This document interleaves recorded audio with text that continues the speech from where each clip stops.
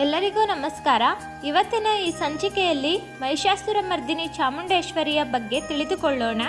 ಜನಪ್ರಿಯ ದಂತಕಥೆಗಳ ಪ್ರಕಾರ ಅನೇಕ ವರ್ಷಗಳ ಹಿಂದೆ ಮಹಿಷಾಸುರ ಎಂಬ ರಾಕ್ಷಸನು ಸ್ವರ್ಗ ಮತ್ತು ಭೂಮಿಯಲ್ಲಿ ವಿನಾಶವನ್ನು ಉಂಟು ಮಾಡುತ್ತಿದ್ದನು.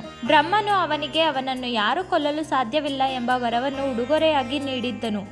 ಈ ಕಾರಣಕ್ಕಾಗಿ ಮಹಿಷಾಸುರನು ಪ್ರಾರಂಭಿಸಿದ ಪ್ರತಿಯೊಂದು ಯುದ್ಧವನ್ನು ನಿಧಾನವಾಗಿ ಗೆಲ್ಲುತ್ತಿದ್ದನು.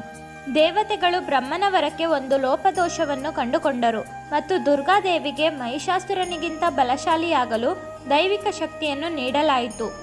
ಚಾಮುಂಡೇಶ್ವರಿ ದೇವಿಯು ದುರ್ಗೆಯ ಒಂದು ರೂಪ.